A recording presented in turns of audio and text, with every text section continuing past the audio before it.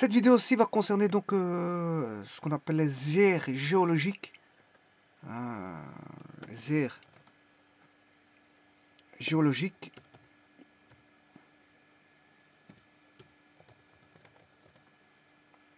de la Terre.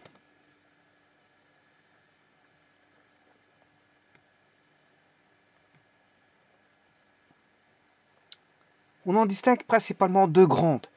Et par rapport à ces deux grandes, il va y avoir des subdivisions de ces deux grandes époques, de ces deux grandes aires qui se comptent bien sûr, alors je vous le dis tout de suite, en millions d'années. Alors je vais présupposer que la Terre a été créée il y a 4 millions, enfin 4 600 millions d'années, c'est-à-dire 4 milliards d'années. En gros, voilà. Donc tout va se passer, va se parler en millions d'années. En millions d'années. Voilà, donc ici, et en plus de ça, le temps que je vais compter ici, je pourrais le compter sur une échelle du temps négativement, voire positivement. Alors, je pourrais compter de deux manières possibles, soit par rapport aux zéros avant Jésus-Christ, enfin, je m'excuse, pas aux zéros, par rapport au zéro, à l'époque zéro, qui est, bon, bien sûr, la mort de Jésus-Christ, voilà, l'époque zéro, et alors comptabiliser négativement, en redescendant, bien sûr, la ligne du temps étant comme ceci, toujours dans le sens positif, et de comptabiliser, des aires négatives, voilà, jusqu'à moins 4 millions 600 millions d'années, voilà. Voilà, 600 millions d'années. Bon, une autre manière de mettre mon échelle du temps, c'est de mettre par rapport à l'époque de maintenant, c'est-à-dire l'époque de maintenant qui est le présent. Et tout ce qui sera avant sera l'avant-présent. Alors, de zéro au présent, si on parle en termes de millions d'années, cette période-là qui est, on est en 2022, ne représente rien du tout par rapport, je veux dire, aux millions d'années qui sont comptabilisées dans les aires géologiques. Maintenant, ce que je peux faire aussi, c'est partir de 4 600 millions d'années, ici, et aller rechercher des périodes qui vont aller jusqu'à l'année présente, et la décomposer en une date de début et une date de fin. Et c'est ce que je vais faire ici. Donc j'aurai une date de début pour les aires géologiques, et donc comptabiliser en millions d'années les aires géologiques. Donc je vous ai dit qu'il y a deux grandes périodes, qui est la plus grande période est le phanérozoïque et le précambrien. Phanérozoïque et le précambrien. Alors la première chose qu'il faut savoir, donc ça c'est les deux grandes périodes qui vont se subdiviser par la suite. Donc phanérozoïque et le précambrien. Alors le précambrien, bien sûr, il va aller, il va descendre. Donc le précambrien va prendre tout ceci jusqu'au début de la Terre. Voilà, ça c'est le précambrien, du début de la Terre jusque jusque le phanérozoïque. Donc le début du phanérozoïque. Mais le début du phanérozoïque débute au cambrien. Après le précambrien, on a le paléozoïque qui est le primaire. Le cambrien, voilà, c'est l'époque primaire. Mais ça, je verrai par après. Bon, avant de voir tout ça, ces différentes subdivisions géologiques dans le temps qui ont donné bien sûr les roches, les roches, parce que les roches, on a retrouvé dans les roches des roches cristallines. Bon, à l'époque, par exemple, si je prends l'époque les roches cristallines, par exemple, ont été trouvées, enfin, on se sont formées, par exemple, dans l'anticambrien, on avait déjà des roches cristallines, ainsi que des coulées, ainsi que des conglomérats, du schiste, du grès, voilà, on avait tout ça. Ensuite, on avait l'infra. Alors, ça, si je prends cet exemple-là, c'est un exemple d'une roche du Grand Canyon du Colorado, voilà, pour lequel il y a une esquisse structurale qui a été faite, voilà, et qui va rechercher voilà, des- des roches qui datent de l'anté-cambrien, bon, qui date de 1300, 1000, moins 3 500 millions d'années à moins 500 millions d'années. Voilà. Ensuite, on a l'infracambrien, juste on a une couche juste au-dessus, qui a donné bien sûr des conglomérats. Ensuite, on a eu le cambrien, etc., etc. Donc le dévonien, qui a donné bon, du calcaire, le carbonifère qui a donné du grès. Voilà, le schiste est venu, bien sûr, toujours dans le carbonifère, et dans le permien, on a eu de nouveau une couche calcaire. Donc vous voyez que ça s'est structuré en couches, c'est normal parce que la Terre se forme. Hein. On a des couches comme ça qui se forment. Et donc ce qui va se passer, c'est que la formation de la Terre, on se forme des diverses couches, on va dire, qui vont se former les unes à la suite des autres pour former voilà, des couches superficielles qui s'ajoutent les unes aux autres. Et alors, on s'est retrouvé la période, hein, l'antécambrien. Voilà, si on descend par exemple à une certaine hauteur, on peut trouver la couche de l'antécambrien, du cambrien, etc., etc.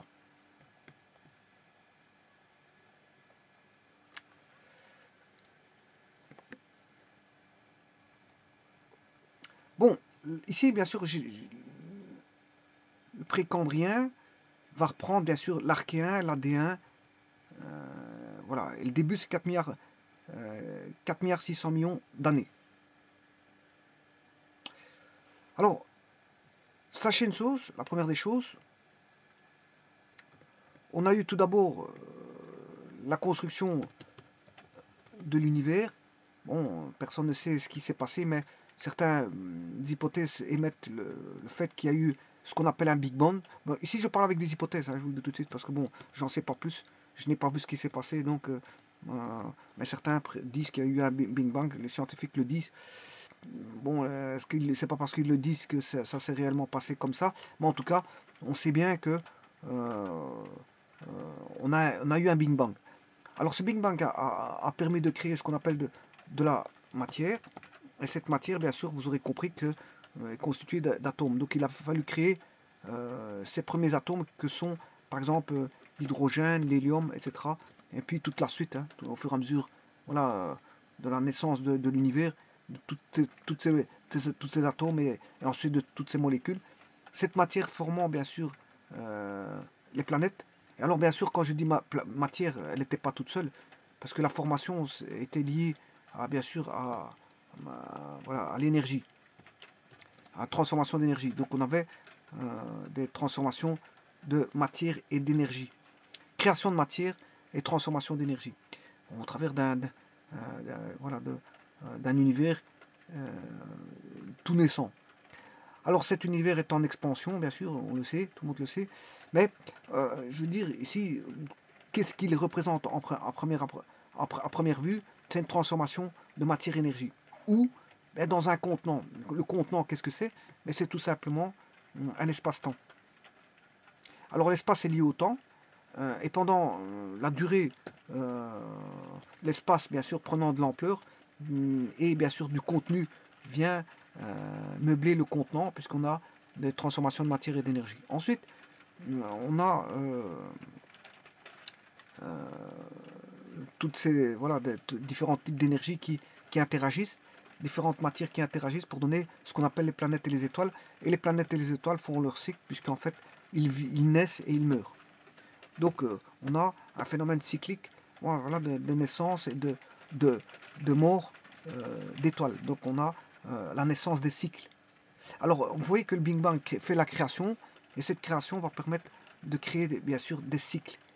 Donc, et c'est ce qui se passe, je veux dire, pour les êtres humains et pour la nature en général, parce que dans les cycles, on retrouve le cycle de l'eau, le cycle de l'azote, le cycle du soufre, le cycle de l'oxygène, le cycle du carbone. Voilà, on a les cycles. Tout comme un être humain doit manger prendre de l'énergie pour se nourrir, s'alimenter. Voilà, il prend de l'énergie grâce à l'oxygène, O2 et bien sûr les nutriments qu'on a dans les aliments. Bon, bien sûr, il rejette les déchets, mais ça, c'est cyclique. S'il ne mange pas, il finit par mourir. Donc, les cycles, on les retrouve, je veux dire, aussi bien dans la nature que dans les êtres humains que dans l'univers. C'est, je veux dire, une des, je veux dire, un des paramètres, je veux dire, qu'on l'on retrouve euh, dans l'univers et bien sûr sur Terre, c'est la transformation de matière d'énergie dans un espace-temps doué de cycles. Doué de cycles. Qu'est-ce qui fait, je veux dire, la réactivité, la réactivité de toutes ces réactions chimiques, ce sont les cycles. Les cycles, voilà, les cycles chimiques qui permettent d'alimenter, je veux dire, en molécules. Parce que si vous terminez un cycle, si on termine le cycle de l'eau, il n'y a plus d'eau. Maintenant, ce qui est le plus étrange, c'est de ramener l'eau. Par exemple, si je prends la Terre, comment ramener l'eau? On comprend qu'il a sûrement plu, on a eu des nuages de masse de gaz. Bien sûr, la Terre a été une croûte terrestre, hein, enfin, a été une boule de feu, c'est ça que je veux dire, une boule de feu, a été une boule de feu, donc il a fallu qu'elle s'éteigne pendant je ne sais pas combien de millions d'années, et puis après, après, il y a eu tout le cycle des gaz à effet de serre pour pouvoir passer de température négative à une température positive. Voilà, donc tout ça, c'est la création des cycles pour avoir la stabilisation voilà, des gaz à effet de serre que sont l'H2O, le méthane, voilà, le NO2, le CH4, NO2, H2O, etc. Les gaz à effet de serre. Donc tout ça, il a fallu une stabilisation et tout ça, ça prend des années pour faire tout ça. C'est des millions d'années pour faire des stabilisations comme ceci. Et c'est ce qui s'est passé avec la Terre. Il a fallu, tout comme l'univers, des milliards d'années, des milliards et des milliards et des milliards d'années, tout comme la Terre, il lui a fallu 4,6 milliards d'années pour qu'elle se fasse. Alors maintenant, qu'est-ce qui s'est passé? C'est que, bien sûr, l'univers n'a cure du temps. Hein. Le temps existe, mais effectivement, le temps subit des événements de transformation de matière et d'énergie au cours du temps, mais l'univers n'a cure du temps. L'univers est considéré comme un système, je veux dire, qui est intemporel dans le sens où les planètes s'en foutent du temps. C'est vrai que les planètes font leur transformation durant une éternité. Voilà, je parle de l'éternité au niveau de l'immensité de l'espace que l'immensité du temps. Mais, les transformations se font sur des milliards et des milliards et des milliards d'années. Mais les planètes en elles-mêmes, bon, s'en foutent de ça parce qu'elles ne pensent pas les planètes, elles ne savent pas ce que c'est que le temps en elles-mêmes. Donc si elles prennent une éternité, bon, peu importe, on s'en fout parce qu'elles n'ont pas cette notion du temps, les planètes. Par contre, ceux qui font référence au temps, c'est ceux qui ont qui, qui veulent mettre des événements, voilà, des événements, ils veulent mettre des références pour pouvoir expliquer beaucoup de choses, notamment des transformations à un moment donné, ou soit un événement à un moment donné, une création à un moment donné, une fin à un moment donné. Voilà, pour expliquer tout ça, à ce moment, c'est l'être humain, il va voilà, se mettre une variable temps.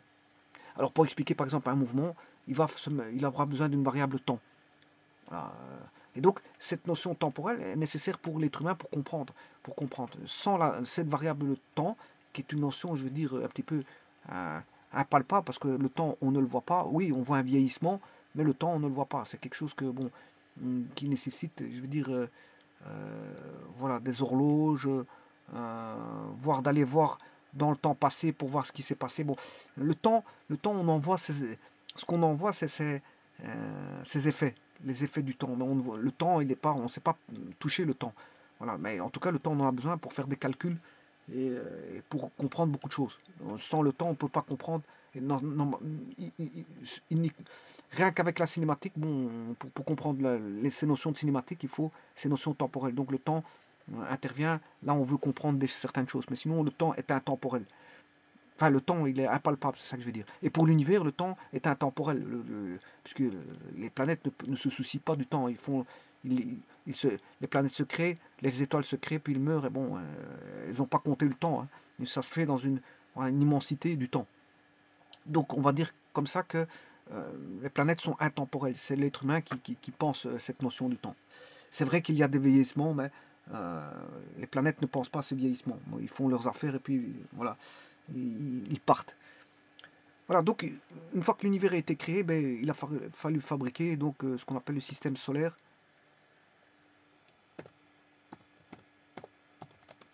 Le système solaire. Et après, quand le système solaire est né, bon, avec une boule de feu qui est le Soleil. Alors, bien sûr, il a fallu créer tout le système solaire et toutes les planètes qui sont autour, avec la rotation de toutes les planètes autour du système solaire. Et que pour un système solaire, il faut placer convenablement la Terre pour qu'il y ait, bien sûr, avec la Lune, qui est le satellite de la Terre. Tout ça, ça a une utilité. Voilà, la Lune a une utilité vis-à-vis de la Terre. Voilà, c'est un système en équilibre. Voilà, c'est un système en équilibre qui fait que, bon, la Terre, qu'est-ce que c'est? Au départ, c'était une boule de feu. Boule de feu, et puis bon, il faut que cette boule de feu s'éteigne pendant je sais pas combien de temps, et puis après, va donner des vapeurs, des gaz, et puis on peut comprendre qu'après, il va y avoir de l'eau. Alors que cette planète, bon, elle est bien située pour avoir, bien sûr, la végétation. Pour avoir de la végétation, il faut la photosynthèse. Disons qu'il faut bien être situé par rapport au Soleil. Trop près du Soleil, ça chauffe de trop, ça ne va pas pour la vie.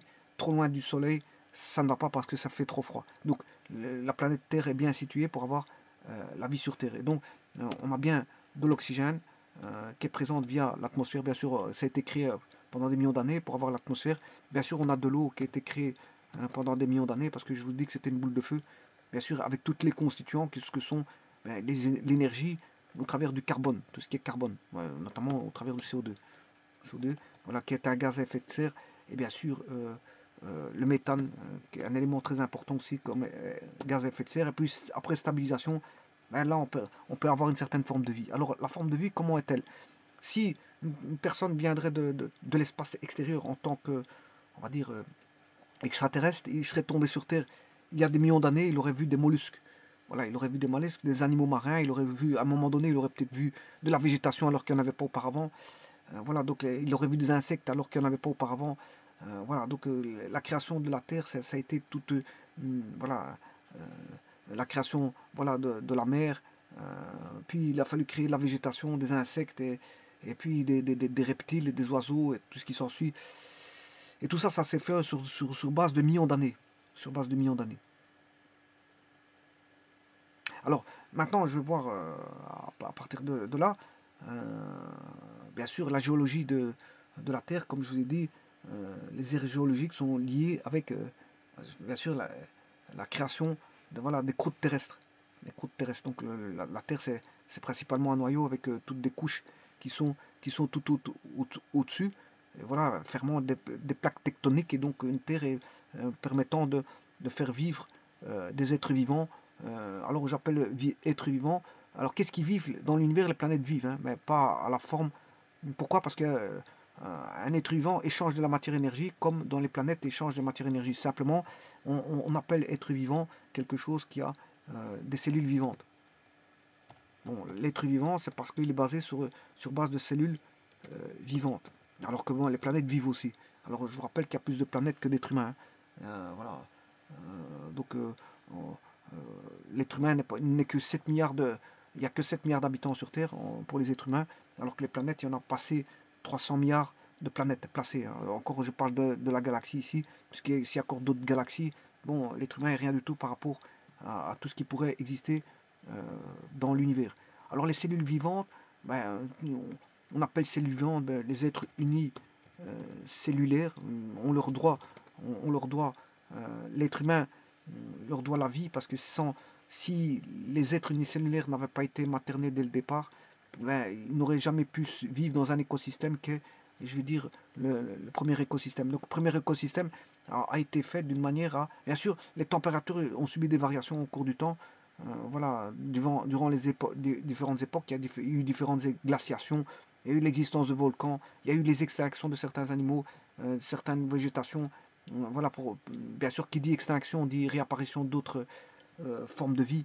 Mais en tout cas, on a eu des variabilités au niveau du climat, une variabilité au niveau des roches, une variabilité au niveau des continents, une variabilité au niveau des êtres. Bon, on a eu les unicellulaires, les pluricellulaires. Et une fois qu'on a l'ADN, bon, on peut faire pas mal de choses, créer des espèces, les espèces de toutes sortes d'animaux, espèces d'animaux, etc., de toutes sortes, marins, aériens, terriens, etc., tout ce qu'on veut, des gros, des petits, des moyens, tout ce qu'on veut. Voilà. Euh, alors, on a eu les espèces d'animaux, bien sûr, avec l'homme qui est arrivé à un moment donné. Alors, voilà, le Jurassique, par exemple, c'était bon, les dinosaures. Et bien sûr, on a eu l'homme qui est un animal intelligent qui est arrivé à un moment donné. Il fut un temps, il y avait deux sortes d'hommes, dont un a disparu. Voilà, le génome d'un certain type d'homme a disparu. Voilà, mais en tout cas, ça permet de créer bon, ce qu'on appelle des mousses, des champignons,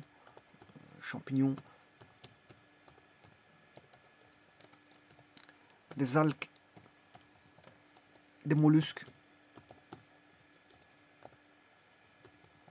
des animaux de toutes sortes, hein, je vous l'ai dit, des marsupiaux. Il y a eu l'époque des marsupiaux, etc. Tralali, tralala. Il y a eu les mollusques. Oui, mollusques, j'ai pas écrit correctement.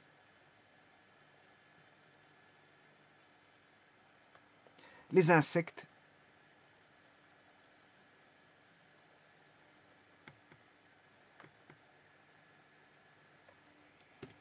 Les insectes, et dans les animaux, on a les vertébrés, les invertébrés, les animaux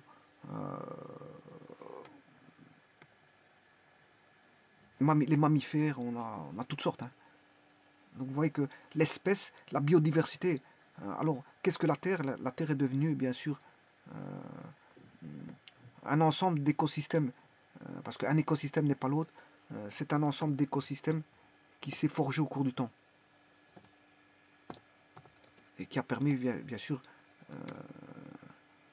un biotope, permettant de contenir voilà, de la biocénose. Voilà, et donc on a eu des insectes, des âmes, des mousses, des champignons, des algues, des mollusques, voilà, toutes sortes de choses. Alors trois petits points bien sûr qui font qu'on a des millions de variétés, ce qu'on appelle la biodiversité du vivant. En fait, qu'est-ce que c'est? C'est un univers dans l'univers. La Terre est dans l'univers, bon, et que la Terre est contenue dans l'univers, mais la Terre est un univers en soi voilà, d'êtres vivants. Alors dans chaque pays, on trouve des diversités, et que les biodiversités, bon, peuvent disparaître. Il y a eu des extinctions, il y a eu 5 extinctions, et l'homme pourrait être la sixième type d'extinction, on pourrait avoir l'extinction de l'homme. Alors maintenant, la création d'un système tel que le système solaire ici pourrait, à l'avenir, dans l'immensité de l'éternité et du temps, voilà, pour avoir un nouveau système solaire qui pourrait se créer avec une nouvelle Terre ailleurs, et donc on pourrait avoir une nouvelle Terre dans l'éternité temporelle et l'éternité voilà, de l'espace, une Terre qui pourrait se créer à l'avenir. Pourquoi pas? Pourquoi pas? Donc c'est pas dit que on serait les seuls peuplés sur Terre déjà dans l'univers ici ou dans les autres univers. C'est pas dit qu'on serait les seuls, mais c'est pas dit aussi que après la fin après la fin de la Terre, donc du Soleil, parce que la Terre va terminer avec le Soleil, va finir avec le Soleil. Hein, le jour où le Soleil va s'éteindre, la Terre va petit à petit perdre voilà, on n'aura plus de terrien, on n'aura plus de, il ne restera plus que des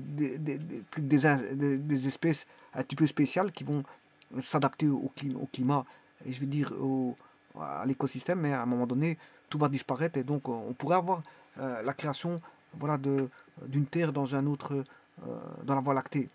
Voilà, quelque part dans la Voie lactée, avec la naissance d'une autre étoile, on pourrait avoir un autre système comme la Terre qui pourrait, je veux dire, s'engendrer.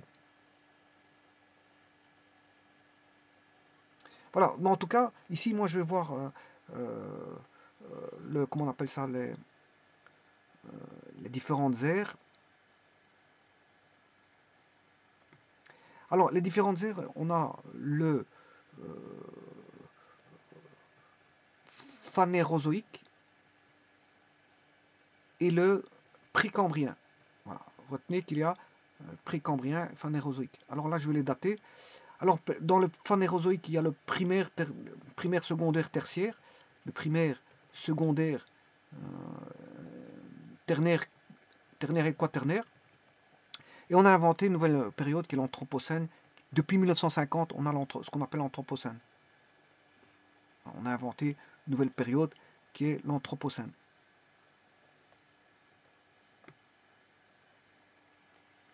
Qui date de 1950.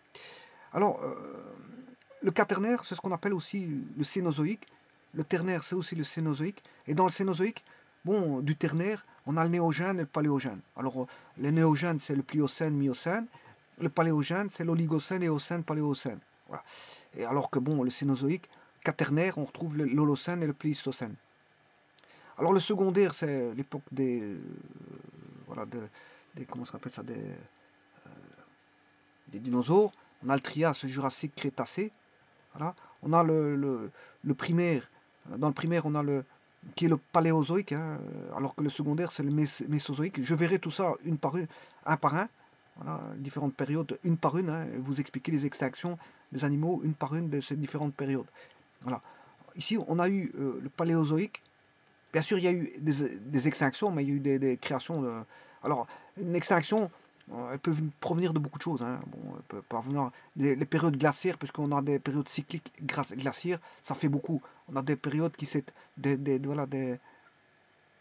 on a des extinctions de végétaux, voire d'animaux qui vont se faire, des animaux bizarres, parce que les époques ont donné des animaux bizarres, je vous le dis tout de suite, des animaux marins un peu très étranges. Voilà, des reptiles, etc., très étranges, hein, voilà, des oiseaux très étranges, gigantesques, du gigantisme. Quelqu'un qui pourrait venir de l'espace, venir voir la Terre à un moment donné, il aurait vu des dinosaures, ça aurait fait bizarre sans être humain. Voilà, les êtres humains ne sont venus qu'après l'existence des êtres humains. Bon, donc ici on aurait, c'était très, très étrange. C'était bon, un monde voilà, de monstres, voilà. Alors, enfin monstres, parce que c'était différent de nous. C'est ça que j'appelle monstre. Hein. Ce qui est différent de nous, on peut percevoir comme un monstre. Alors, qu'est-ce qui peut créer bon, des extinctions? Ben, c'est des famines, des écosystèmes changeants, bien sûr des glaciations. On parle de glaciation sur base de millions d'années. Hein. Glaciation, voilà. Si un petit écosystème, ouais, tu as un lac avec, voilà, on va dire, des animaux marins de l'écosystème existant uniquement en cet endroit, s'il y a un volcan, le volcan peut venir faire, s'il vient tuer toute la faune et la flore, bon, et qu'elle est exceptionnelle à ce lac-là, ben, je veux dire, c'est fini, hein. On a une extinction là. Peut-être en grosse partie, ou voire totalement. Bon, les extinctions, c'est soit en partie ou totalement. Alors quand il y a une extinction, parfois il y a une nouvelle génération d'une autre espèce. Alors on a l'inadaptation. Hein. L'inadaptation au milieu. Il y a aussi, par exemple, voilà, ce qu'on appelle dans les cycles, voilà, les cycles trophiques, qui mange qui. S'il y en a qui mangent beaucoup, si on, par exemple, si je prends la baleine, si on chasse de trop la baleine, c'est ce que je vais appeler une dérégulation.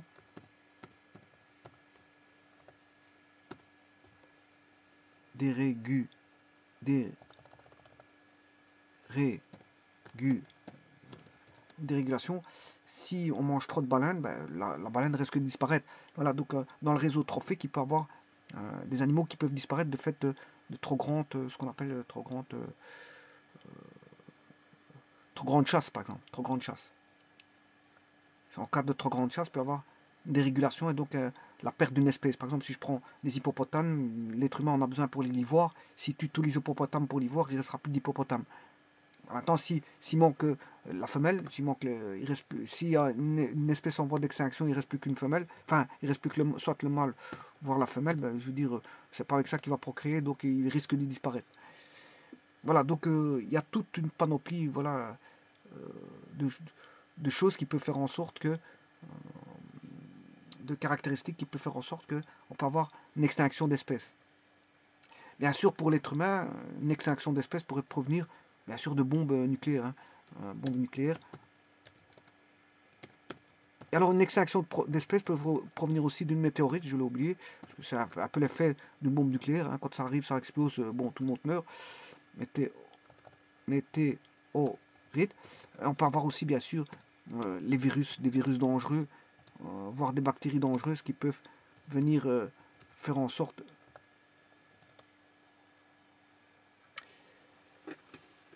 d'avoir une extinction. Par exemple, par une pandémie ou quelque chose comme ça. Bon, donc il y a toute une... tout un ensemble d'éléments qui peuvent faire en sorte qu'on peut avoir une extinction d'une race ou d'une autre. Généralement, ce qui est la principale, c'est une glaciation. Alors une glaciation peut avoir des glaciations de type, voilà, de fortes glaciations avec des températures très basses. Là, à ce moment-là,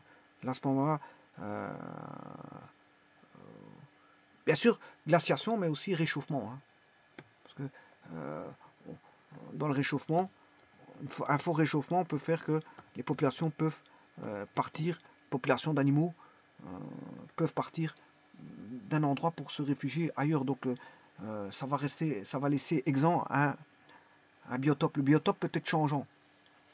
Le biotope peut être changeant.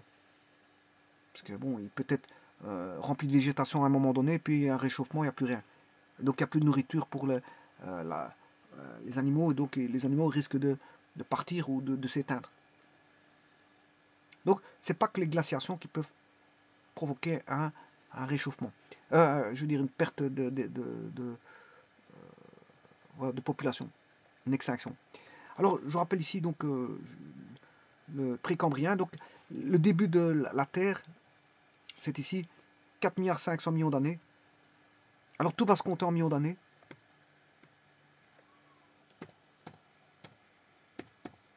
Alors début, qu'est-ce que j'appelle début? J'en sais pas plus parce que peut-être que c'était la boule de feu.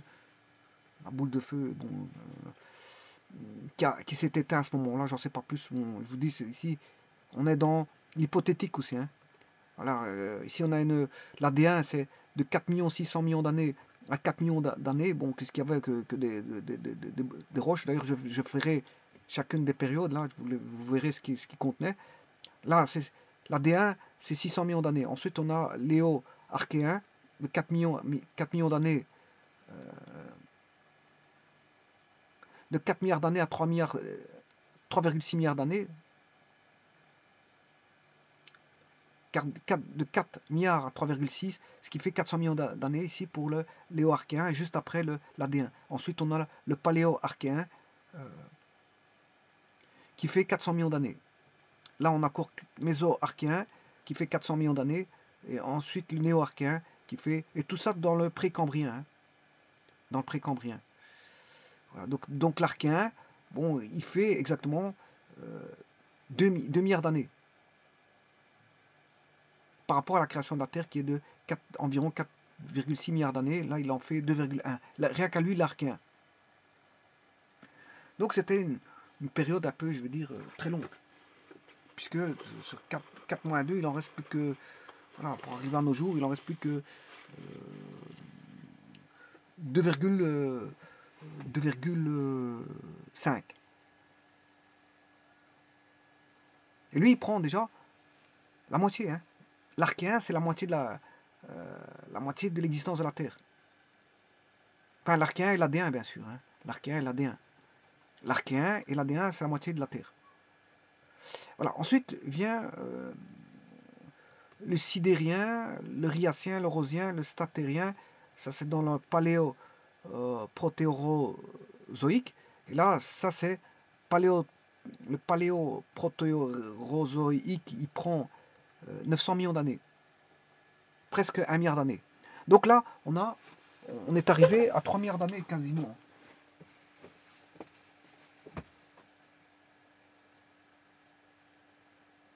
Sur 4,6 milliards d'années, on est déjà à 3 milliards d'années arrivé au Statérien. Au Statérien, on est déjà à 3 milliards d'années. Là, on est déjà à 3 milliards d'années.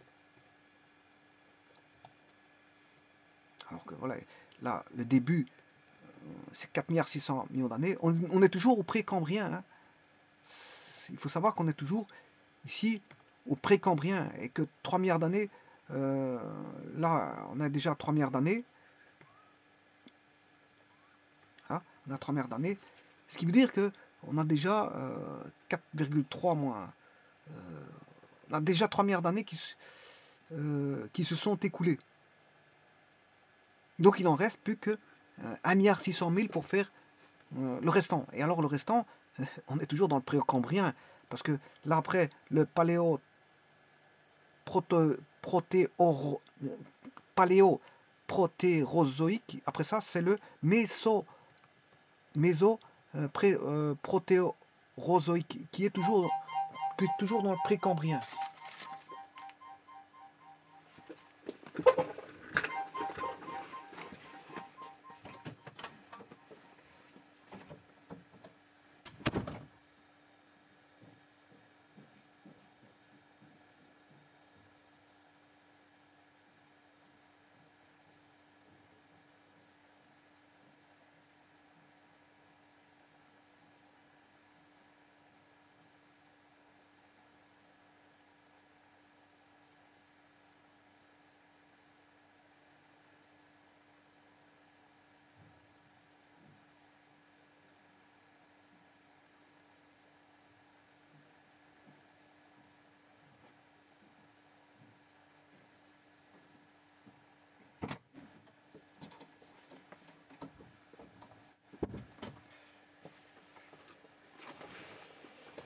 Donc me revoici. Donc ici, on est toujours, après le paléoprotérozoïque, on est au mésoprotérozoïque, toujours dans le précambrien.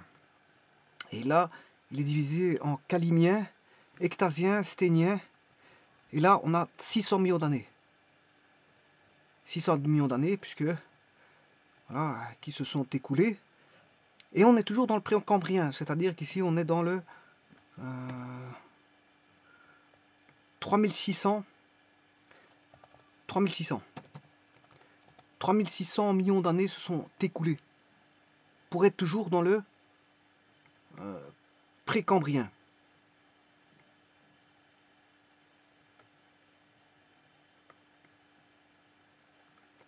On est 3,6 milliards d'années, alors que la Terre contient, bien sûr, on est à 4,6 milliards d'années.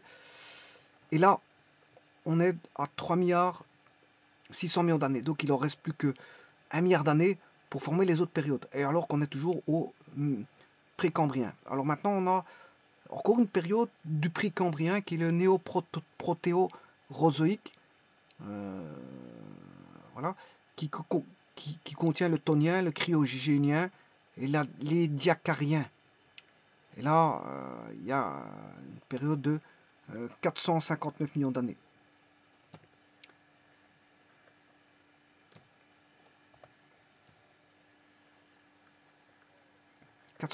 Millions d'années.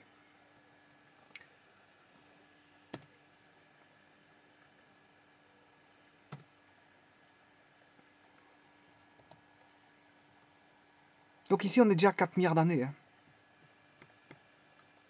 4 milliards d'années.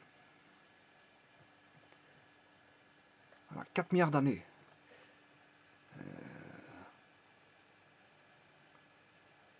4 milliards d'années se sont écoulées pour n'être toujours qu'au précambrien. Et là, commence en 541 millions d'années à 485 millions d'années. 56 millions d'années s'écoulent pour avoir le cambrien. Ensuite, l'ordovicien. Mais là on est passé au primaire, qui est le paléozoïque. Vous voyez qu'il y a 4 milliards d'années qui se sont écoulées dans le précambrien. Paléozoïque, on a le cambrien, l'ordovicien, les silurien, dévonien, carbonifère, permien. Et là, il y a 289 millions d'années qui vont s'écouler, donc ça n'a rien à voir avec 4 milliards d'années ici. Ensuite, on a le Mésozoïque, qui est le secondaire, le trias jurassique et crétacé. Bon, c'est une histoire de 186 millions d'années. Voilà, ça fait même pas 400 millions d'années. Ce n'est rien par rapport au précambrien.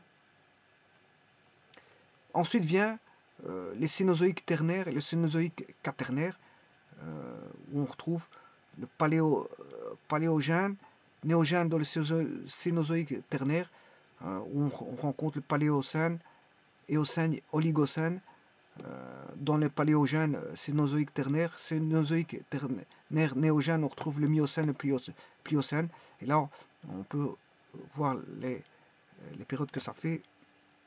On a 10 millions d'années, plus 23 millions d'années, plus 10 millions d'années, ce qui fait qu'on a 43 millions d'années ici.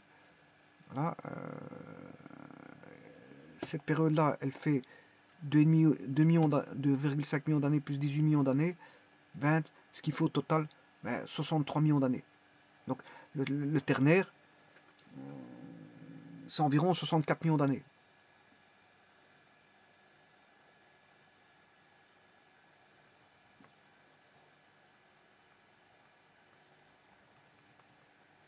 Alors que le secondaire fait environ 186 millions d'années. Bon, c'est très peu par rapport aux 4 milliards. Hein. Bon, c'est le primaire qui est plus long. Le primaire ici, il est plus long. Il fait là presque 300 millions d'années. Presque 300 millions d'années.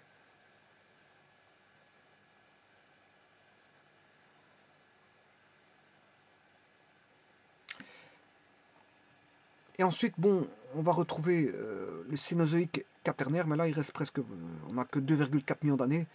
Ce n'est rien du tout. Et 11 700 ans jusqu'à avant le présent.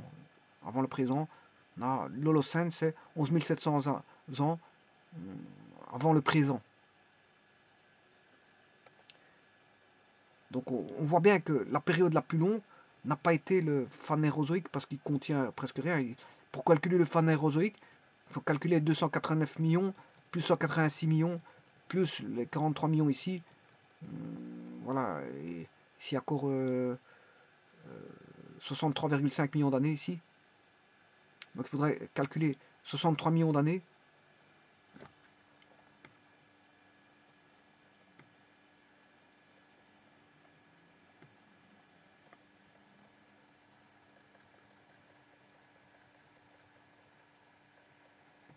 « 186 millions d'années.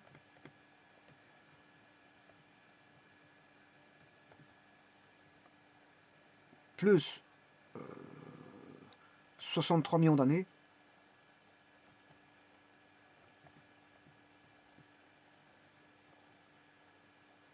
Là, bon, les 11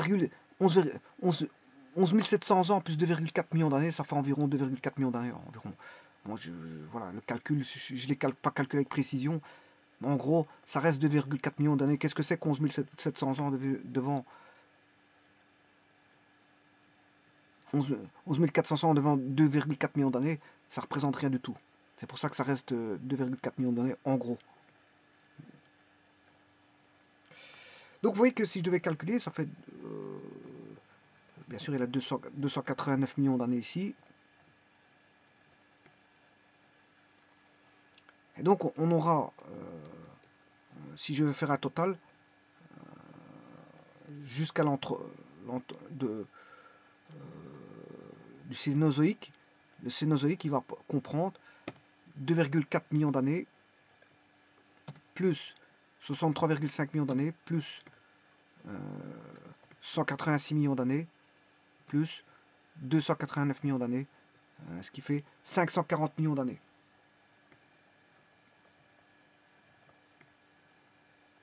« 540 millions d'années, autant dire rien du tout. Hein. Le Phanérozoïque, voilà, c'est... Vous allez voir de quoi est constitué le Phanérozoïque, pourquoi on l'a appelé comme ça. Vous allez voir les existences de certains animaux qui vont apparaître un petit peu bizarres, voilà, qui sont nés. Voilà. Et donc là, vous voyez que l'époque la plus longue, bien sûr, c'est le précambrien, hein, 4 milliards d'années. Précambrien, c'est 4 milliards d'années. Oui, 4 milliards d'années, c'est ça. 4 milliards d'années, c'est 4059 millions d'années.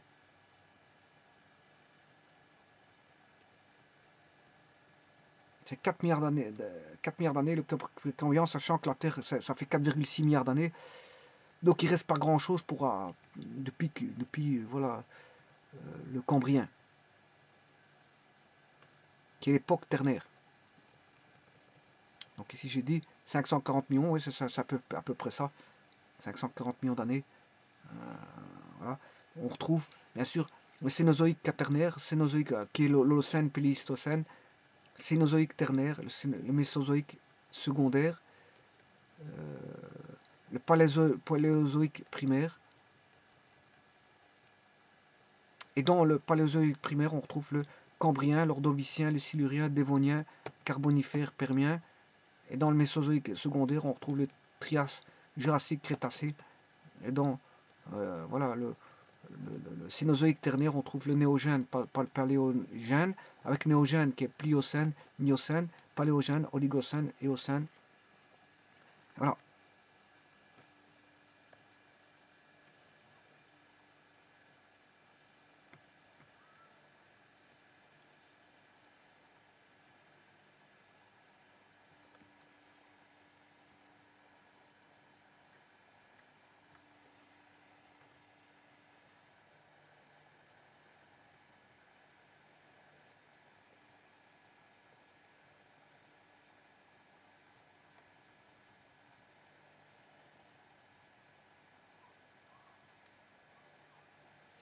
Je vous remercie.